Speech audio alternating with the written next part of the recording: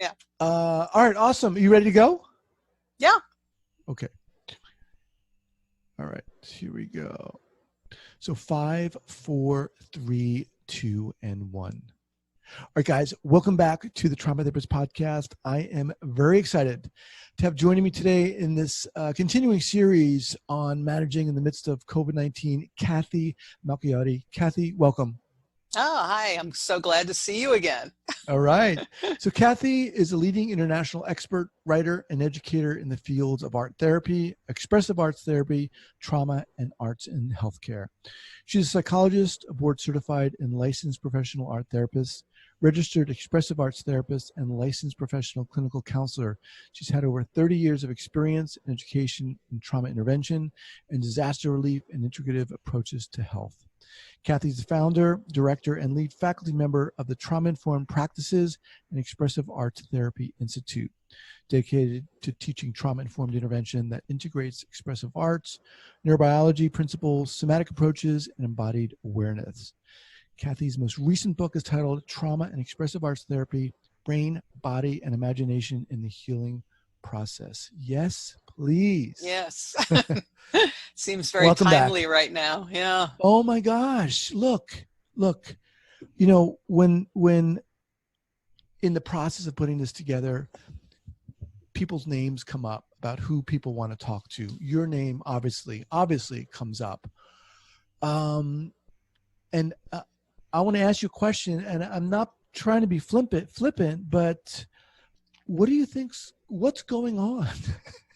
What's going on? What happened? How did Globally, we get here? how is this impacting us, do you think, globally, collectively? Well, this is the first thing, and I've been thinking about this over the last 10 days. I actually was in New York City from March 9th to the 13th.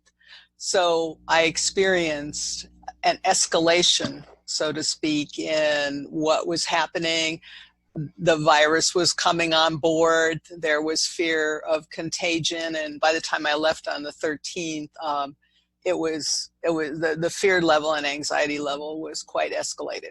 So that was the first thing I was thinking about, because in our past work with mass traumas, like we all have as clinicians and practitioners, we've dealt with events that happen and they're bad.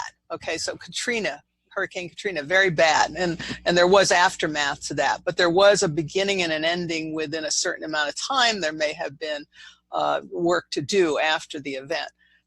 9/11 happened, bang. We were all afraid something else might happen, but that was this event and the attacks on the Pentagon.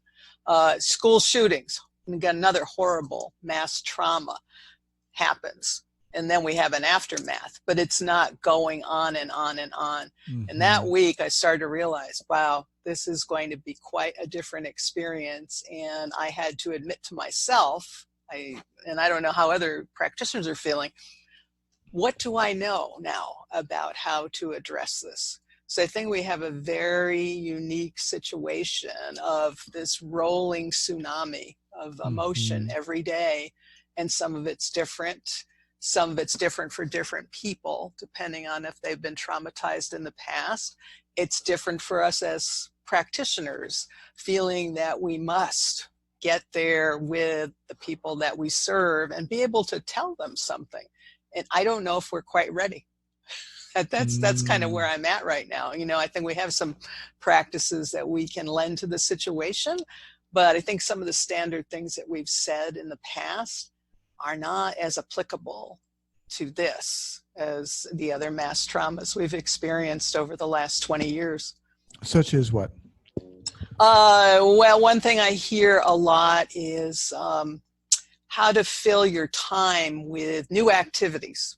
And that's good advice, but a lot of people, their schedule has been disrupted, and there's a loss there that we need to address first about what kinds of things they were doing. You know, I'll just give an example that's personal. My husband's a scientist and he runs a lab, and he really likes that job. It's a part-time job because he's semi-retired, but it created this thing in his life that he looked forward to every day. So it was part of his schedule. To say to somebody like that, and okay, so I'm an expressive arts therapist to say, well, this might be a good time to learn guitar, or do this other kind of thing. Mm-hmm. He has to experience, and he's doing well with it, what to put in place of that being, from his background and the satisfaction that he received from that. I see some practitioners who we now have to go on telemedicine, right? We're on in telehealth, telecounseling. Mm-hmm. They totally were exuberant about, okay, I'm going to see my clients now through this medium. A lot of them are struggling. It's not only the technology itself that they're struggling with, it's this lack of being in the same space, the lack Mm-hmm. of getting up in the morning, having a routine. They go to the place where they work with the clients. So there's a whole process of that, leaving at the end of the day, coming home to your family or, your home. This is a thing now that's in the house. It's always present. This is where we do our business. Mm-hmm.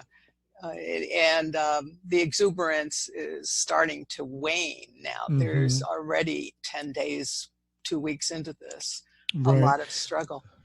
That's a really interesting point, and one which I really haven't heard much about.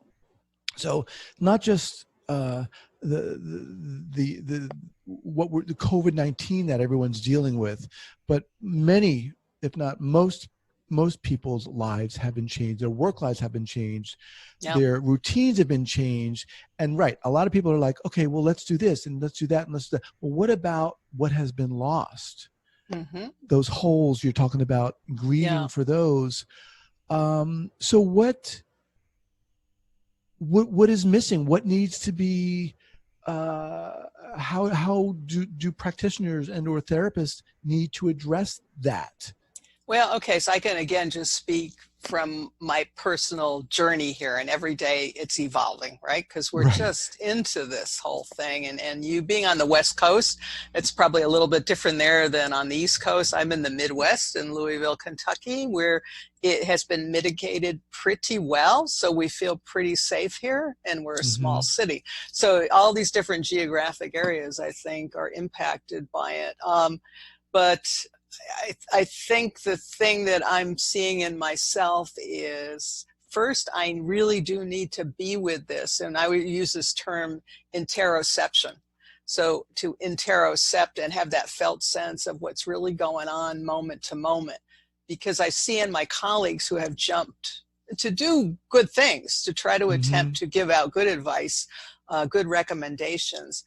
I don't see that they've taken that time yet. And I think now it's hitting them. They're feeling like, wow, what this feels like, how maybe I feel a little more out of control, or I have a sadness or a fear.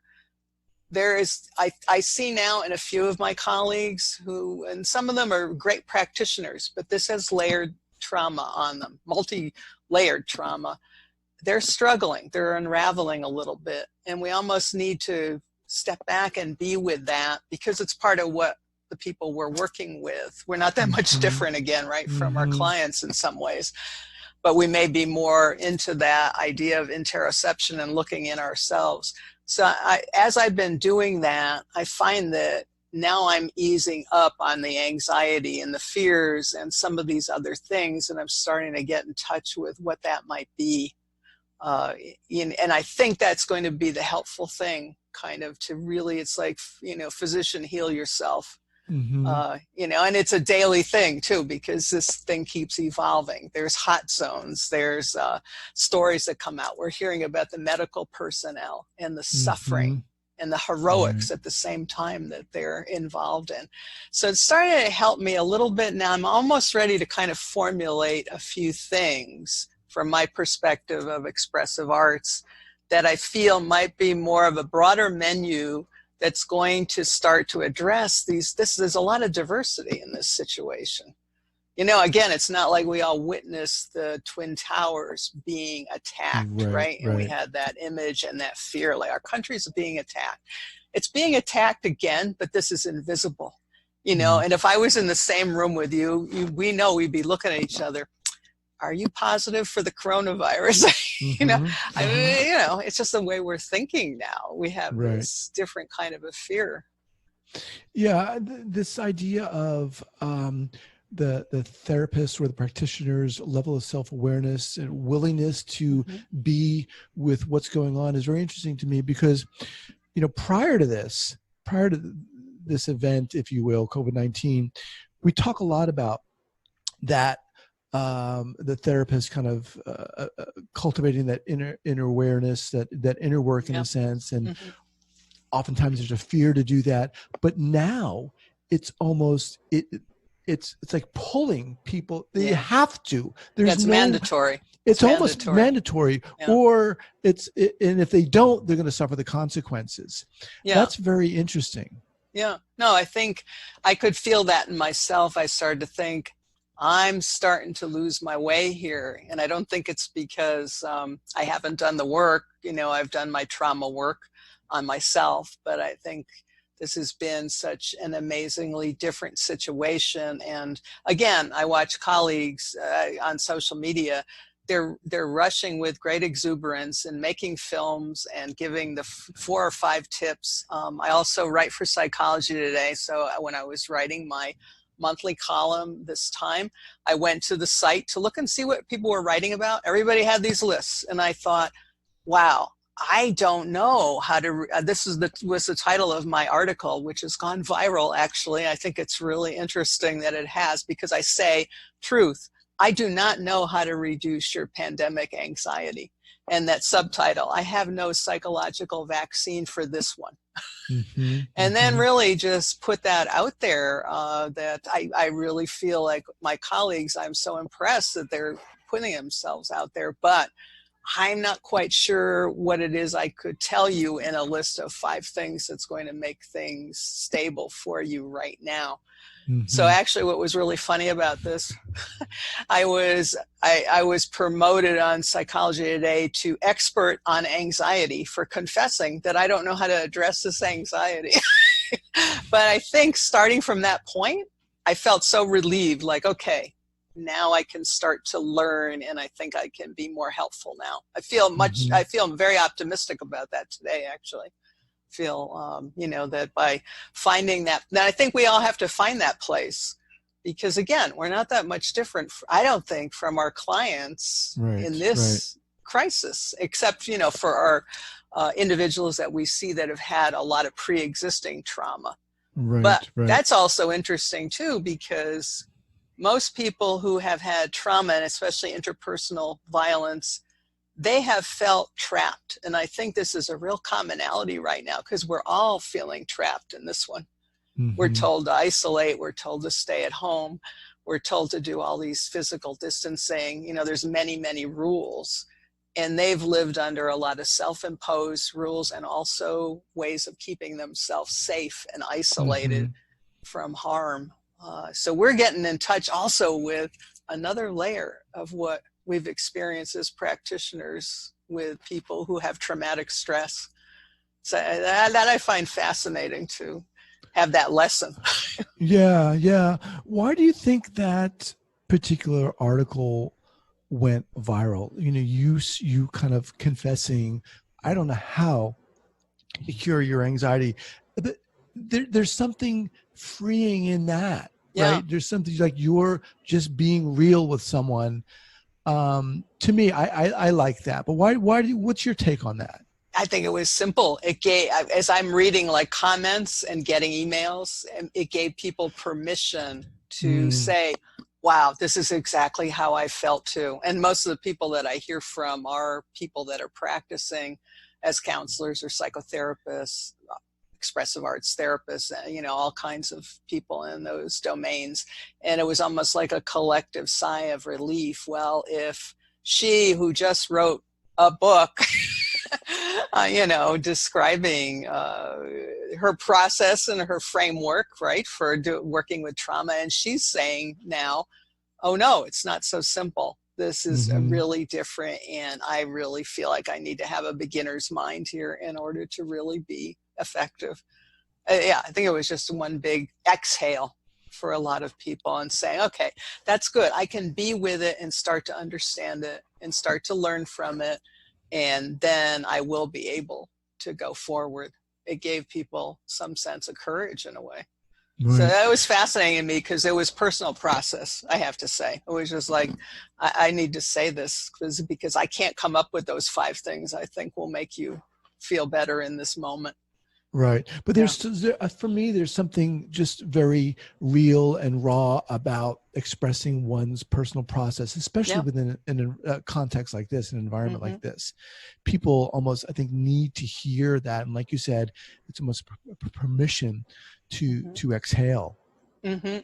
Yeah, and I think even, on some of the social media sites I have where I post things on our trauma informed practice site on Facebook that has 160,000 followers. So they're not all practitioners. There are a lot of people that are survivors, are current clients, or have, recovered from trauma, but are following the literature.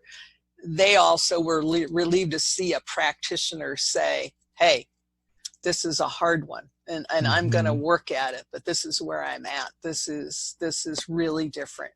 We're in a very different place, and we need to really look at like what is going to be helpful from a very unique perspective of each person, because it is such a multi-layered narrative going on, and we're just learning like what is it. We're in the middle of it. We're not even in the middle of it. We're coming Right. to these so-called apex of Yeah. a lot of bad news. And so we have that expectation. So how can we see past that, but also be with it in the moment? All right, guys, just quickly, I want to thank Sensorimotor Psychotherapy Institute for being a sponsor on this podcast. Do you struggle to help numb, disconnected clients who can't feel emotion or explore inner experience? Learn a comprehensive approach to conceptualize your client's concerns. As someone who's gone through the level 1 and level 2 trainings of sensorimotor psychotherapy training, I can really speak to the power of this training. For me, it was a game changer and is so inspiring. Sensorimotor psychotherapy uniquely includes the body in therapy as both a source of information and a target for intervention, because words are not enough. Go beyond theories and gain practical ways to open a new dimension for effective therapy. Visit Sensorimotor Psychotherapy Institute online today at sensorimotor.org. That's sensorimotor.org. What's been helpful for you personally, Cathy? Well, I have a usual practice. I have to admit I've struggled on some days with it, but I do movement quite a bit and singing. So I start the day with that and start the day with dance. And I've been thinking about this because I think that's the one thing as I approach this, to try to put something out there that I think might be a foundational thing that maybe people could try and think about, is movement.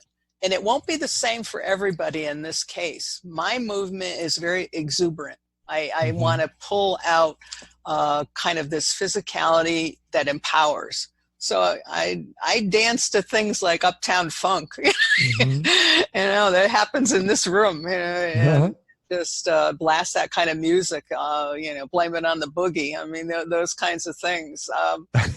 But that's not for everybody in this case. Right. And self-regulatory type movement like Qigong and some of the other kind of gentle shaking kinds of movement are maybe helpful for people. So I almost think like, okay, now what would that menu look like? And it might change day to day, because every day you awaken to this, again, this rolling tsunami of emotion, where some days we wake up and we think like, okay, I feel like I need to chill out. I need to calm my body. And other days you may feel that you need some kind of more physically empowering kind of fun play type thing. Yeah. So, but that and singing, and I don't sing well, I sing okay, but singing brings breath into your body in a very natural way. And I think that kind of thing is really helpful for me right now. And also I'm doing a pandemic diary, and every day it's quite different. I think I'm going to write about a certain topic for several days, but then something else comes up. I notice something in myself, or a story from the past comes up that's related to trauma. And I'm seeing kind of the juxtaposition of things. Yeah. So some days it's personal about me. Some days it's about what I'm seeing in my colleagues. and, some of the unraveling that's going on there. And then sometimes it's about, what the clients are dealing with. Yeah. So all that. So the writing. So, I break this down into 4 areas in the book, which I think now to me are really helpful in this particular situation. And they fall into 4 practices. One is movement. Another is sound, which also includes music or making music. It could be drumming or any type of thing like that, or listening, right? Because that can be helpful. The third is storytelling. So that can be making images. So if you make art images or write, creative writing, or even enact a story in some way through gesture and so like play acting, improv. And the fourth is silence. And that's can be mindfulness, but it also can be using the arts as a self-regulatory silencing kind of thing, where, maybe somebody finds sitting and painting for a half hour kind of brings down that level of cortisol. Or they might find that really gentle movement, is really helpful in regulating. The trick, though, here right now is quite interesting, because we've had to physically distance. The overarching thing that I wrote about these 4 practices that clinicians can look at like a menu and think like, well, these are things I can introduce to the client. We've always had the possibility of co-regulation. So you and I, if you were, the therapist and I'm the client, we're in the same room. We have that co-regulatory piece. We have it a little bit here right now, but it's not the same. And then most trauma survivors, I think, benefit from community at some point. That's kind of the end game, to be in a group, to be with others and have that co-regulation through the expressive arts, because that's the way I work, but that's even true in other circumstances. And so we've had that ripped away. And now, people are trying to do it through this virtual world, trying to do these sing-alongs I see on Facebook and other media, but it just isn't the same. It's a good patchwork, a Band-Aid, but we have to now figure out, how do we reunite us in meaningful ways when we're not present in the same space? Right.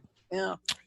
You're talking about a kind of an ongoing trauma, in a sense, or an ongoing level of anxiety, as opposed to, this discrete events that happen, right? They have a beginning and end and so forth. Yeah. And waking up each day and, feeling some days I feel like, okay, I got this, right? And then the next day I feel like, oh boy, I'm having that thought again. And just being aware, it's a challenge. I mean, for me, it is definitely a challenge.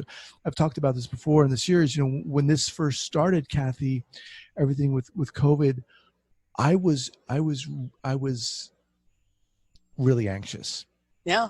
Because I was just like reading the news, reading the headlines. And as someone who likes to read the news, I was going nuts. And then now I'm home with 2 kids. My wife's out. I was like, there's no way. And then I just realized I've got to close the circle, in a sense, and just focus on what I can control. But there's even that tsunami you're talking about. I feel like I have to ride that wave or be aware of that day to day. Yeah. Yeah. It's an ongoing thing. There's I suppose there are islands of rest in it if we can find them. But for a lot of people, I wrote in this article about, not knowing how to reduce your pandemic anxiety, that I had to state at some point, because I think about this a lot in trauma work, the social justice and social action piece. And I have a lot of friends who live in New York, and they live in very tight quarters. We live in a relatively larger home. I have secure companionship with my husband. We have financial resources. We don't have that extra stuff that a lot of people are facing right now. So when we're talking about this, I can get up and I can go outside. We have another lot that's, has nature in it, essentially. It turns into a vegetable garden and a big flower garden every year. And so that's starting up. New York right now, it's very hard to even walk on the street. It's discouraged, right now because things are escalating there with that virus. Right. When we start to imagine and empathize with that piece, sometimes even though I'm not in that, it starts to overwhelm, just thinking like, wow, that to me is so many layers more of confinement and not being able to engage in these things that people are recommending, again, about, okay, if you live in a 2-room apartment or a 1-room in Manhattan, and you have other people in there, to say, now you're all going to live together and nobody's going to go out of the room, and you're going to establish a structure for your day and a routine that you're going to be able to keep if you have a 3-year-old, or a couple of kids that are in elementary school that you now have to homeschool, and that you're going to walk out in nature and take a bicycle ride. I hear these things from very well-meaning practitioners, and I'm thinking like, whoa, this is not what's happening. I'm lucky that I can go there. So if I get up, like you say, in the morning and you feel like, oh, this is not going to be a good one, I can go out in the backyard and breathe, and I can walk down the street at 6 feet away from other people, because our neighborhood's semi-urban, but it has trees and has, enough walk space. This isn't the truth for so many people right now. Yeah. I'm going to ask you a question. What empowers you in these moments? Because I'm interested in hearing this from, other clinicians that I respect. Yeah, I mean, that's a really good question. And I think what empowers me is, really focusing on what I can do.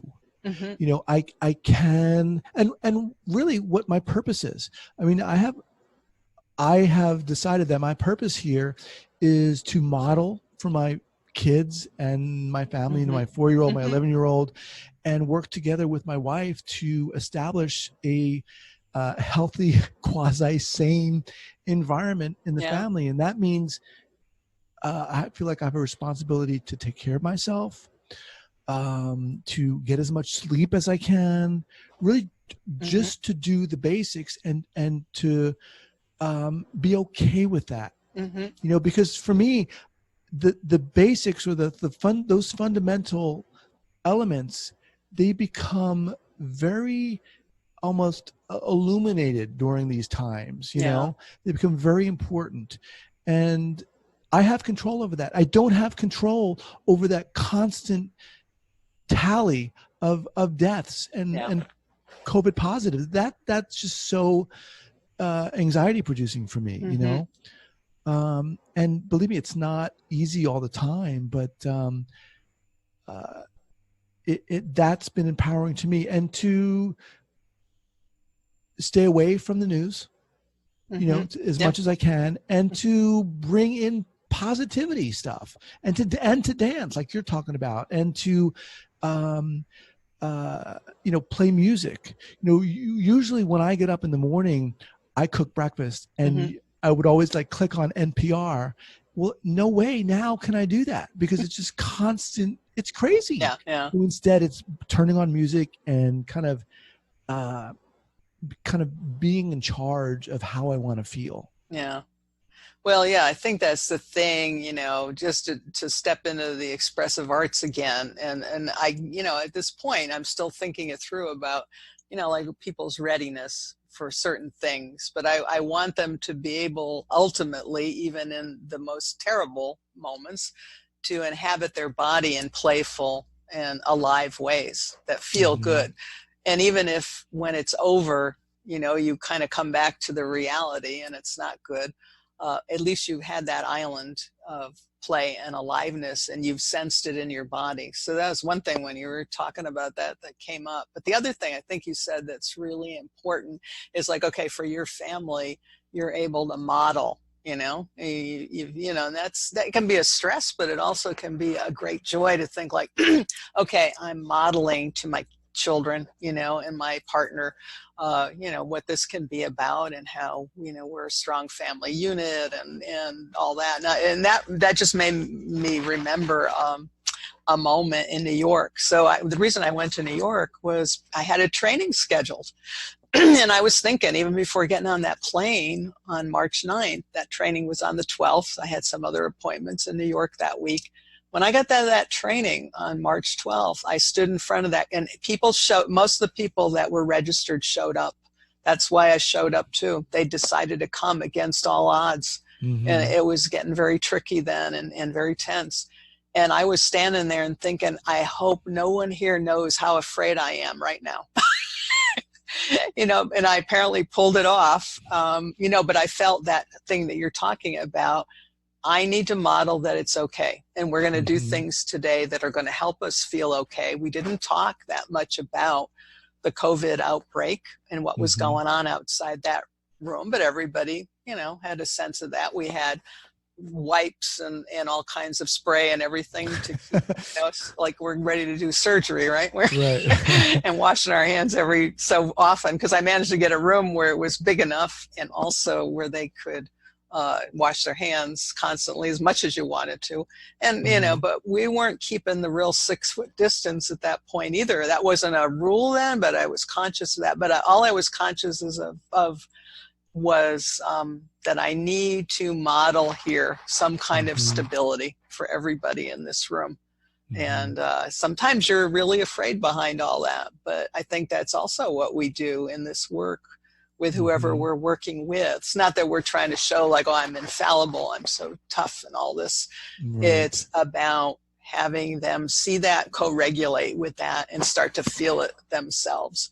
And I think that's what happened in that room. And I was so happy at the end of the day, and also with the several newer professionals who were working with me and did some presentations during the day, that they were part of that too, to feel that, like, okay, I can stand here and help people feel safe. Because that's one of the 3 things I always say in trauma work. You have to develop the relationship. I mean, that's key as a foundation. But the next 2 things, even if you never get to other things right away, are safety and self-regulation. And those are these 3 foundations. So very conscious of that day. And your persona brings that into the room. So, but in my mind and in my body, there was a lot going on. Yeah, I could feel, you could feel it in the air in New York that week. Feel the escalations, like cortisol was loose everywhere. Yeah. As we kind of wind down here, what would you say to the therapists out there? I mean, with the understanding that, you're not going to be curing anyone or helping anyone's pandemic anxiety, but what would you say to them, to those therapists maybe who don't know what to do or whatever, maybe think they have things under control or don't have things under control? So in a session or just in a general sense? In a general sense, as we sit here, as this stuff is going on, as people are working via Zoom and so forth. Well, I'd say, you really have to get in touch with what you're feeling in your body. And sometimes that requires just standing up and moving and thinking about each part of it and what's going on with it. And sometimes actually I have supervisees start with something about, okay, whatever is the worry today that you're bringing into the session, or, just in our session, working with each other. Can you just, with color, shapes, lines, put that on a piece of paper for me? And even sometimes I give them a body outline. Where can you place that? Where is it happening in your body? Is it all over your body, or is it just in your head? Or is it in your gut? Is it in your heart? You feel like chest strain? Or does it feel like it's outside everywhere? So what does that look like? And then from there, maybe do some gestural work and some movement to really find out, where that is, where's that located. And I often end with writing, because writing's the higher function. Again, that's the storytelling. You have to think about all those areas in order to get in touch with what's going on with yourself. What's the sensory, what's the emotion or affective type feeling that's going on, and what is the narrative at some point? How do you tell that as the story? So that's a helpful thing that people actually can do with whoever they're seeing, even, in this arrangement, can have people do that and share that.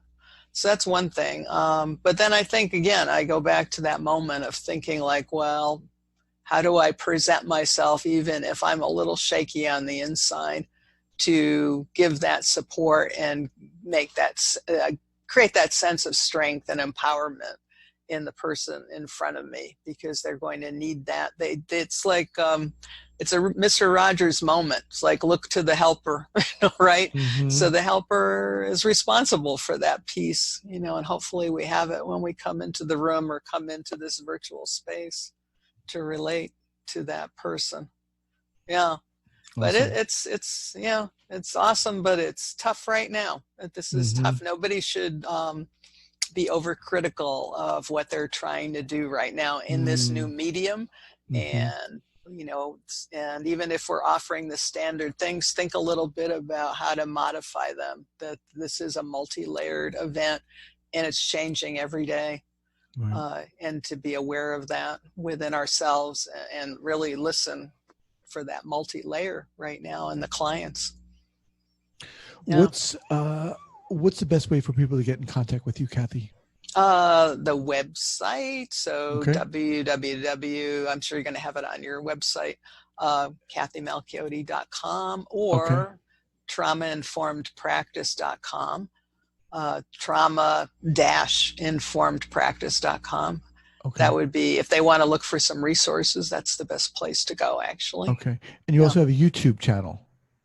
It's getting bigger too. It's a lot more interviews going on there. This one too. I'll have that linked up at the show notes page at the traumatherapistpodcast.com. What I really appreciate and like about you and find so inspiring about you, Cathy, is that you tell it like it is, and you do so creatively with a lot of exuberance, but there's a rawness to and a realness to how you deliver your message, and it's very empowering, and we need it now, especially now. I think we really, on this one, we can't hold back on the honesty. I mean, we don't have to present it in a sensationalized way or a fear-laden, anxiety resonant way, but we need to be honest about, and I think that's going to be helpful in the long run. That's just my gut feeling. I'm sure it is. Well, thank you so much for joining me. Yeah, thanks for doing this. It's always a lot of fun to talk to you. Awesome. Makes me feel better. Stay healthy. Bye. Yeah, you